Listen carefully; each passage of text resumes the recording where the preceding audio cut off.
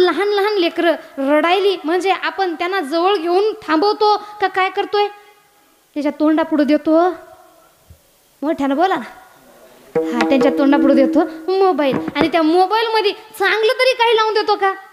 नाही. ठीक आहे, तुम्हाला द्यायचंय, तुमच्याकडं काम आहे, भरपूर आहे, पण आज तुम्ही जर लेकरांना वेळ दिला तर उद्या लेकरं तुम्हाला वेळ देतील. आज तुम्ही लेकरांना वेळ दिला नाही, उद्या तुम्ही त्यांच्या प्रेमाला तरसाल, पण तुमची लेकरं तुम्हाला वेळ देणार नाही. म्हणून वेळ आहे तोपर्यंत आपल्या लेकरांना वेळ द्या. नुसतं मोबाईल पाहू आपल्या लेकरांची डोळे खराब, दिमाग खराब, हात पाय खराब. कारण मोबाईलमध्ये नुसतं एक गेम खेळतोय, फिजिकल ॲक्टिव्हिटी व्हायली का नाही, फक्त डोक्याला त्याचा त्रास व्हायलाय, डोळे खराब. म्हणून मोबाईलमध्ये लावून तरी काय देतो, काही चांगलं नाही. आपल्या लेकरांना मोबाईलमध्ये आहा टमाटर बडे मजेदार, वा टमाटर बडे मजेदार, आहा टमाटर बडे मजेदार, वा टमाटर बडे मजेदार लावून देतो. या पलीकडं अजून एक मोबाईलमध्ये आपले लेकरं काय पाहतात, चिमटबाक डमडम. हे यावर्षीची सगळ्यात व्हायरल रील आहे. याचा जर अर्थ एकाला विचारला ना कुणालाही येणार नाही, पण यावर रील्स मिलियन्सनं रील्स याच्यावर बनलेले आहेत. शब्द कोणता? फक्त चिमटबाक डमडम. मी तर मागच्या वारला इंस्टाग्राम ओपन करणं बंद केलं होतं. उघडलं की चिमटबाक, उघडलं की चिमटबाक, उघडलं की चिमटबाक. आणि नंतर एकानं मग शोध लावला की हा शब्द आला कुठून. मग त्यामध्ये कार्टून आले आणि त्या कार्टूननी म्हटले हम सबका एक ही मकसद है, कौन सा? चिमटबाक डमडम. आपल्या लेकरांना आपण काय दाखवतोय, काय पाहतोय याचं आपल्याला भान नाही. मागे एकच निघलं तो कोणतं, so beautiful, so elegant, just looking like a wow. आणि हजारो मिलियन्सनं रील्स याच्यावर सुद्धा बनलेल्या आहेत. चांगल्या गोष्टींवर आपण कधीच फोकस करणार नाही, पण वाईट गोष्टींवर फार जास्त फोकस करणार. चांगल्या गोष्टी कधीच शेअर करणार नाही, पण वाईट गोष्टी खूप जास्त शेअर करणार. म्हणून ही गोष्टी आपण आपल्या लेकरांना शिकवतोय, दाखवतोय. त्यापेक्षा तुम्हाला ठीक आहे लेकरांना मोबाईलच द्यायचा ना, थोड्या वेळासाठी द्या आणि त्याच्यामध्ये त्यांना छत्रपती शिवराय कोण होते याचा इतिहास ऐकावा, त्याच्यामध्ये त्यांना अभंग ऐकावा, त्याच्यामध्ये त्यांना गाथा ऐकावा आणि त्याच्यामध्ये त्यांना गवळणी चांगल्या ऐकावा. म्हणजे लेकरं पाहतील पण चांगलंच शिकतील. जसं दाखवलं तशा प्रकारचे. आणि काही काही तर मायबाप एवढे वर गेलेले आहेत आपल्या लेकरांसमोर पिक्चर पाहतात. आता बघा तुम्हाला सांगते, पिक्चर पाहणं हे लहान लेकरांसाठी फार घातक गोष्ट आहे. का याचं उत्तर मी तुम्हाला सांगते. आज बरेच जण म्हणतात आजकालचं युवा मंडळ एका गोष्टीच्या नादी जास्त लागलेले, कोणतं? ते म्हणजे प्रेम. बरोबर? समोर दिसलेली स्त्री ही मिळालेली संधी नसून आपली जबाबदारी आहे की एखादी स्त्री आपल्याला रात्रीला भेटली ती तिच्या घरापर्यंत तिच्या अंगाला धक्का न लागता गेली पाहिजे, तो खरा पुरुष असतो. ही आपल्याला शिकवण कुणी दिली? समोर असलेली स्त्री आपल्या आया बहिणीप्रमाणे माना, ही शिकवण आपल्याला आपल्या छत्रपती शिवाजी महाराजांनी दिलेली आहे. आणि पिक्चरमध्ये आपल्याला काय शिकवण मिळते? समोरून एखादी हिरोनी जाते, ती चांगली दिसते, तर याच्या मनामध्ये वाजते घंटी आणि तो म्हणतो ना कजरे की धार, ना मोतियों के हार, ना कोई किया शिंगार, फिर भी कितनी सुंदर हो. अरे गैरसमज आहे दादा तुझा. तिनं अख्खं पार्लर तोंडावर थोपलं तेव्हा सुंदर दिसायली. ना कजरे की हार म्हणू नको. आणि आपण मग त्यांच्या मागे लागतोय कारण पिक्चरमध्ये त्यांना तेच पाहिजे. समोर दिसलेली स्त्री कोण आहे, सुंदर असेल तर ती आपली कोण होणार? प्रियसी होणार. समोर असलेला स्मार्ट मुलगा आपला कोण होणार? तो प्रियकर होणार. हे शिकवण आपल्याला कुठून मिळते? आपल्या लेकरांना टीव्हीमधून. लेकरं पाहतात तशा प्रकारे वागण्याचा प्रयत्न करतात. मग मुलं मुली म्हणतात ते मायबाप जाऊ दे चुलीत, आपलं प्रेम जागलं पाहिजे. यांचं थोडंसं बोलाबोली झाली की तो म्हणतो एक बार देखाय बार बार देखणी क्या वसे. आणि दुसऱ्यांदा भेटले की यांचा नंबर एक्सचेंज, पुढं बोलणं चालू. आणि तिसऱ्या महिन्यामध्ये हम तेरे बिना बरे है नहीं सकते, तेरे बिना क्या वजूद मेरा. आणि चौथ्या महिन्यामध्ये हा म्हणतो I can't live without you, I miss you and I want to marry with you. मला तुझ्यासोबत लग्न करायचं, मी तुझ्यासोबत राहू शकत नाही. अहो 3 महिन्याच्या 6 महिन्याच्या प्रेमासाठी आपण आपल्या मायबापांना सोडतोय. आपण म्हणतो ती माझं जीवन आहे. 20-25 वर्ष आपल्या मायबापांनी आपल्यावर प्रेम केलं, ते फुकटात गेलं का? नाही. आजकाल मुली पळून चालल्या मायबापावर केस टाकायला काय की माझ्या मायबापापासून मला धोका आहे. यात लेकरांची चूक आहे का?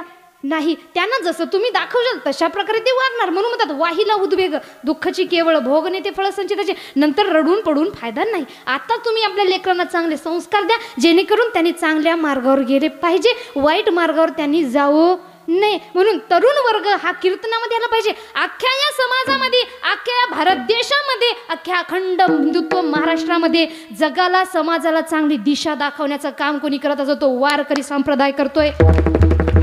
आणि खंताची गोष्ट, आपण आपल्या लेकरांना कीर्तनात आणत नाही. आपल्या गावामध्ये भरपूर पब्लिक आहे, पण बऱ्याच ठिकाणी बऱ्याच मायबापांचं म्हणणं असतं की लेकरांना आणून काय करणार, महाराज वर्ग येतात, विठ्ठल विठ्ठल करतात, जातात, आहे काम माहिती आमचं.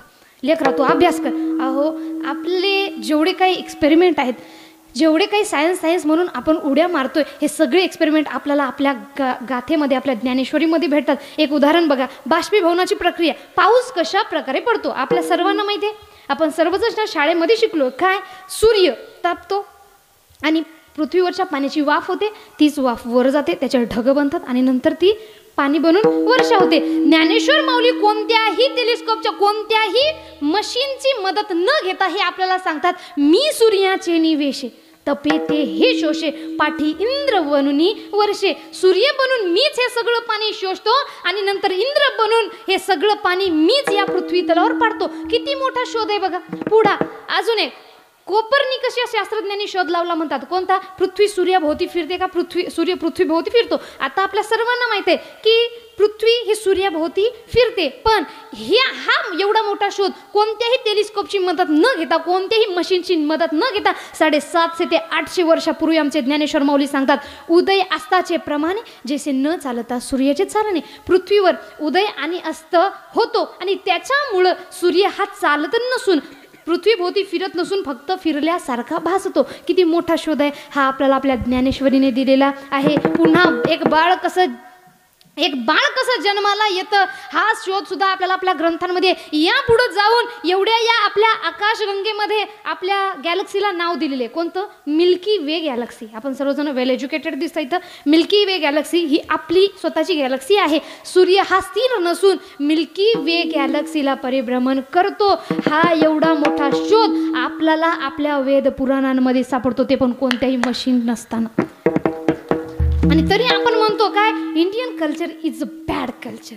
इथं काय फक्त नुसतं विठ्ठल विठ्ठल करतात लोक, देवाचं नाव घेतात आणि म्हणून आपण आपल्या लेकरांना इथं आणत नाही. तुम्हाला सांगते, भारताच्या संस्कृती एवढी संस्कृती कोणत्याही देशाची चांगली नाही. आपली भाषा बघा, आता बाहेर देशातील लोक आपल्या भाषेवर एक्सपेरिमेंट करायला, आपल्या भाषेवर संशोधन चालू आहे. कोणती?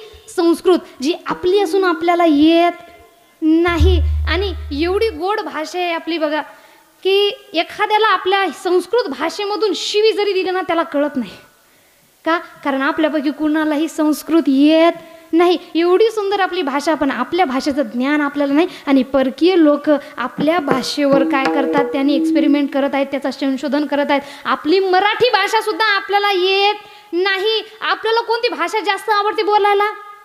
इंग्लिश. का? कारण आपल्याला वाटतं इंग्लिश व्यक्ती बोलला म्हणजे तो वेल एज्युकेटेड आहे, आणि जो इंग्लिश बोलत नाही तो म्हणजे खालच्या थराचा, त्याला काही तेवढा अभ्यास नाही. हे आपलं बोलण्याचं झालेलं आहे. म्हणून आपली मराठी भाषा एवढी गोड आहे. एक तुम्हाला इंग्रजीची कविता ऐकवते आणि एक मराठीची ऐकवते. दोनपैकी तुम्हाला कोणती आवडते तुम्ही मला सांगायचं आहे बघा. पहिली इंग्लिशची आपण घेऊयात. कोणती? सगळ्यात फेमस असलेली, twinkle twinkle little star, how I wonder what you are up above the world so high like a diamond in the sky.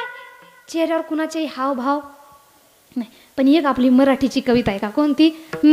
माझ्या मराठीची गोडी मला वाटते अवीट, माझ्या मराठीचा छंद मन नित्य मोहवीत, ज्ञानोबाची तुकयाची मुक्तेशाची जनाईची, माझी मराठी चोखडी रामदास शिवाजींची, डफातून तुनी बोले उभी शाहीर मंडळी, मोजऱ्याची मान खरी वीरांची ही माय बोली, नागराचा चाल भाळ अभंगाच्या तालावर, कोवळी कवी सावली पहाटेच्या जात्यावर.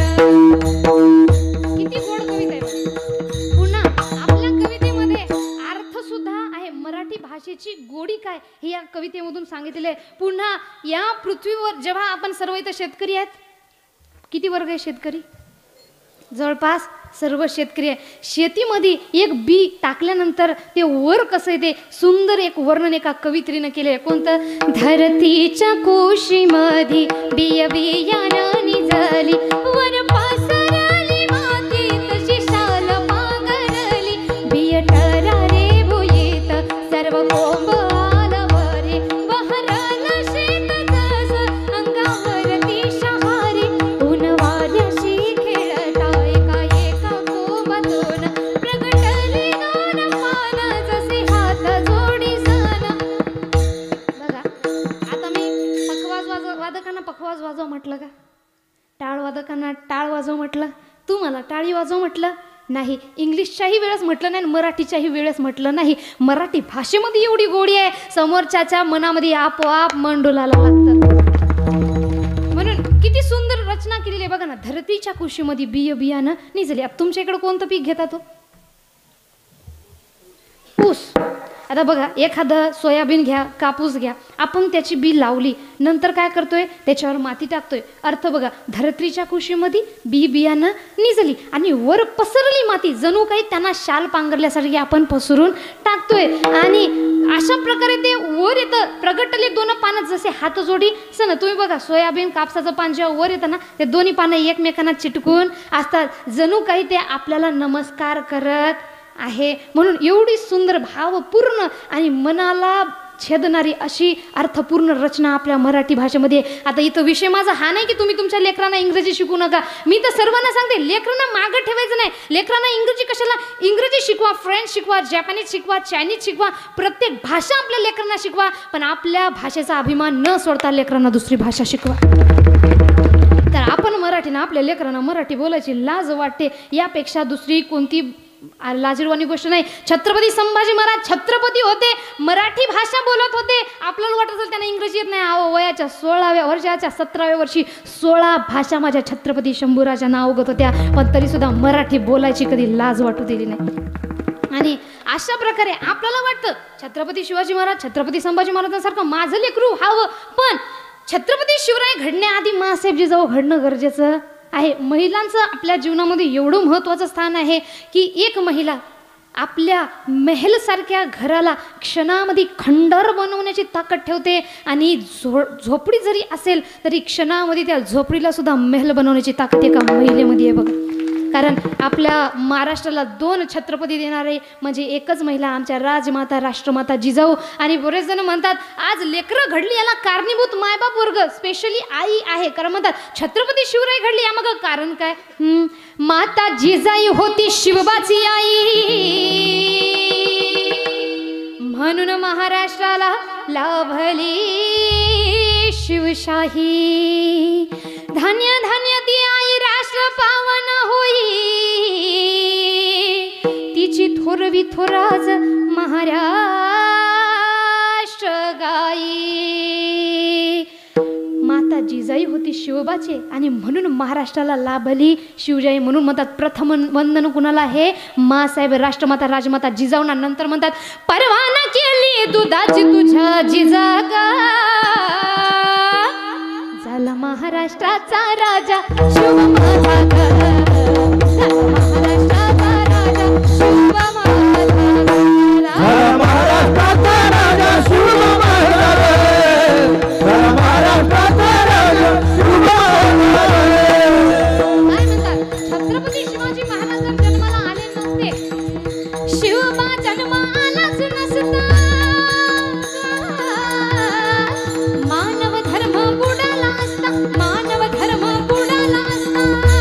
भल्या भल्याची घेतली इथं त्यानं मजा, झाला महाराष्ट्राचा राजा शिव माझा ग, झाला महाराष्ट्राचा राजा शिव माझा ग, झाला महाराष्ट्राचा राजा शिव माझा ग, झाला महाराष्ट्राचा राजा शिव माझा ग.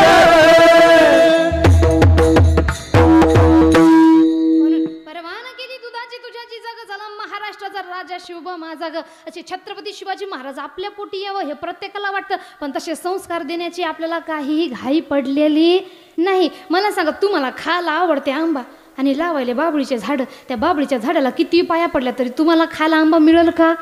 आंबा लावायचा खायचा असेल तर आंब्याचंच झाड आपल्याला लावावं लागेल. आणि म्हणून छत्रपती शिवरायांची तर ख्याती आहे, पण त्यांच्या तलवारीची सुद्धा ख्याती. काय म्हणतात, जेव्हा काढायची बाहेर तिची चमचमती धारा,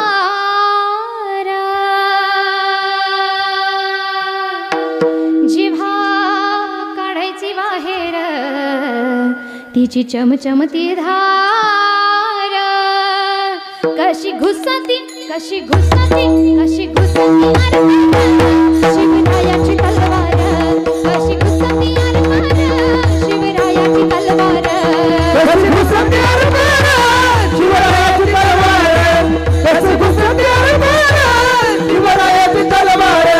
जय भवानी बोलोनी उचलले हत्यार, करोनिया करजना महादेव हर हर. जय भवानी जय शिवाजी, जय भवानी जय शिवाजी. उपस्थित सर्वांनी हात वर. जेव्हा मी जय भवानी म्हणेल सर्वांनी मोठ्याने म्हणायचे जय शिवाजी. हा टाळी. हरी बोल. जय भवानी बोलोनी उचलले हत्यार, करोनिया करजना महादेव हर हर. जय भवानी जय भवानी जय भवानी जय भवानी जय भवानी. जय भवानी बोलोनी उचलले हत्यार, करोनिया करजना महादेव हर हर. शिर छाटून पाडिले दुश्मन जीवार, शिर छाटून पाडिले.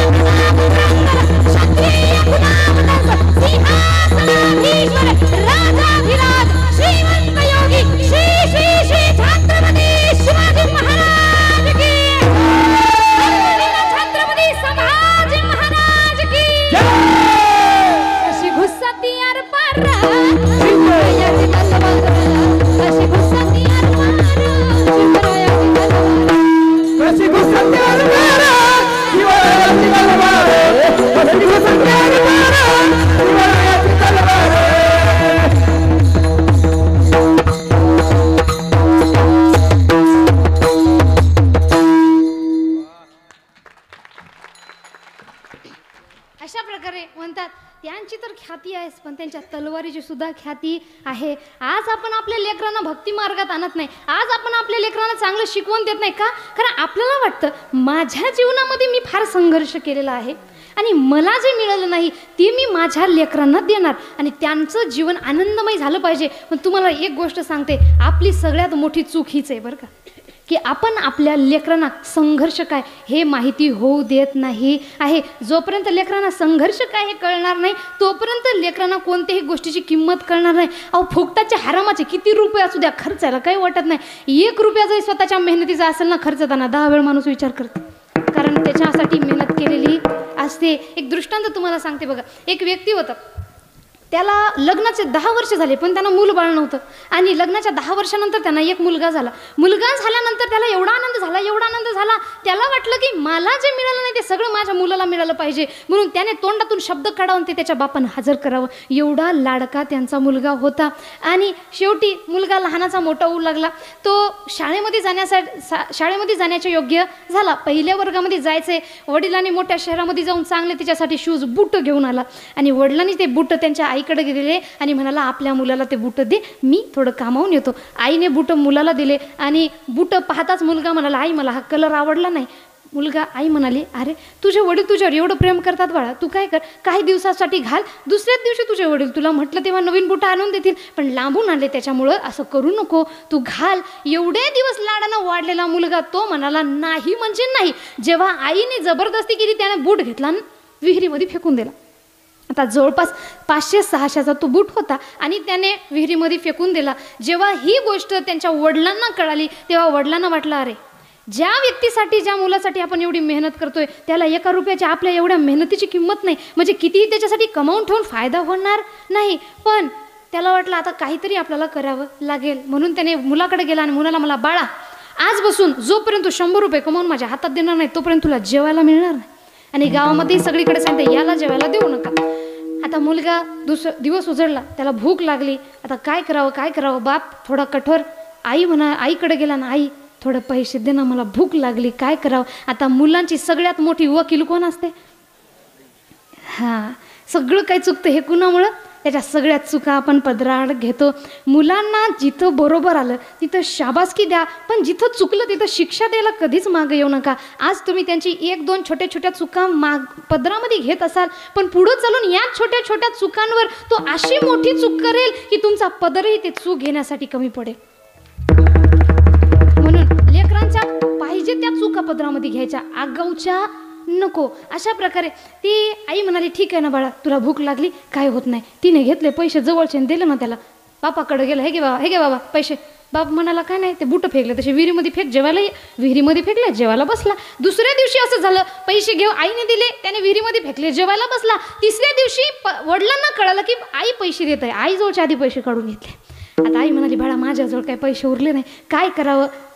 ती म्हटली थोडंसं बाहेर गावामध्ये कुठं हॉटेलवर एखादं काम बघ, 100 रुपयासाठी काही एवढं लागत नाही, तू कर. ठीक आहे आई म्हणाला. गेला कामासाठी फिरू लागला, पण काम कुणी देना, जेवायला कुणी देना. शेवटी एका हॉटेलवर गेला आणि हॉटेलवाला त्या काकाला म्हणाला, काका मला 100 रुपये द्या ना. तो म्हटला, बाळा 100 रुपयासाठी दिवसभर मेहनत करावं लागते, फुकटात पैसे मिळत नाही, कारण ही जुन्या काळची गोष्ट आहे. आणि त्यावेळी 100 रुपयाला फार महत्त्व होतं. आमचे आजोबा सांगतात 10 रुपयात सगळं बाजार करून आणायचे. आज 10 रुपयामध्ये आपण एक काकडी घेतो म्हटलं तरी येत नाही, एवढं महागाई झालेली आहे.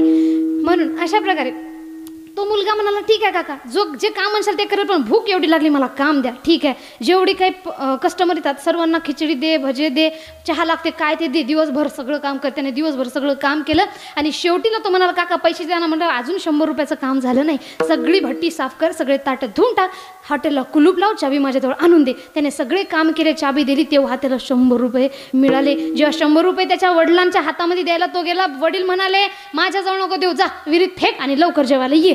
तर म्हटला, बाबा जाऊ दे ना, तुमच्याजवळ राहू द्या ना, कुठं पैसा खराब करावा. वडील म्हणाले, फेक आणि लवकर जेवायला ये.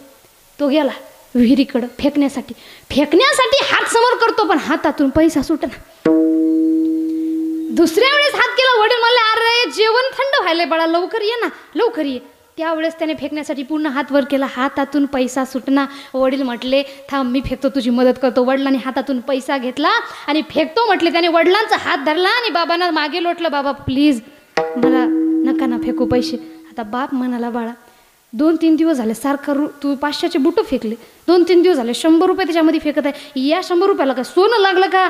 तो म्हटला, बाबा इमानदारीनं जर सांगायचं झालं, आत्तापर्यंत बूट फेकला तो माझ्या पैशाचा नव्हता आणि आत्तापर्यंत मला जे पैसे मी विहिरीमध्ये फेकले ते माझ्या आईनं मला दिलेले होते, म्हणून मला काही वाटलं नाही. आज या 100 रुपयासाठी दिवसभर मी माझ्या घामाचं रक्त करून झिजलो, तेव्हा हे 100 रुपये मिळाले म्हणून फेकू वाटना गेले. म्हणून जोपर्यंत लेकरांना संघर्ष म्हणजे काय कळणार नाही, तोपर्यंत लेकरांना पैशाची किंमत कळणार नाही. हरामाचा किती पैसा तुम्ही कमावून ठेवा, त्याला काही त्याचं वाटणार नाही. म्हणून तर बघा ना, छत्रपती शिवाजी महाराज छत्रपती होते, त्यांनी शंभूराजांना म्हणावं, बाळराजे आम्ही फार लढाया केल्या, आता तुम्ही आरामात बसून आराम करायचा, काही मस्त खायचं पियाचं. पण छत्रपती शिवाजी महाराजांनी हे शिकवलंय का? नाही. म्हणतात बाप शेर तो बेटा सव्वा शेर. छत्रपती संभाजी महाराज कोण? तर म्हणतात थाट असा शिवबाचा राजा प्रजेला साजायचा, थाट असा शिवबाचा राजा प्रजेला साजायचा, थाट असा शिवबाचा राजा प्रजेला साजायचा, थाट असा शिवबाचा राजा प्रजेला साजायचा. जबड्यात हात घालून दात वाघाचे मोजायचा, जबड्यात हात घालून दात वाघाचे मोजायचा, जबड्यात हात घालून दात वाघाचे मोजायचा.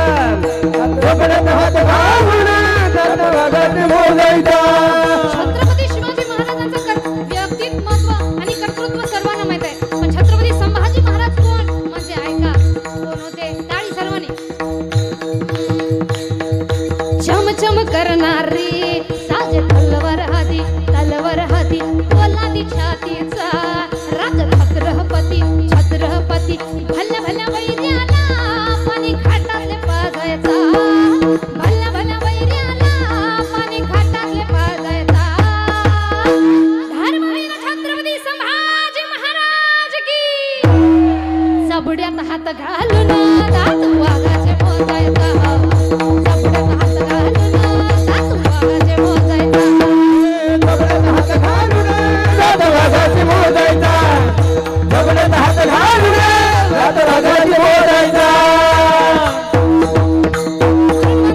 नाद करा पण छत्रपती संभाजी महाराजांचा नाही एकदा छत्रपती शिवाजी महाराज माफ करतील पण छत्रपती संभाजी महाराजांना वाईट दिसलेलं समोरचं सहन होत नाही म्हणून म्हणतात की नाद करा पण छत्रपतीचा नाही आणि मराठी लोकांचा तर कधीच नाही कारण मर्द मराठ्याचं पोर जणू तलवारीची धार मर्द मराठ्या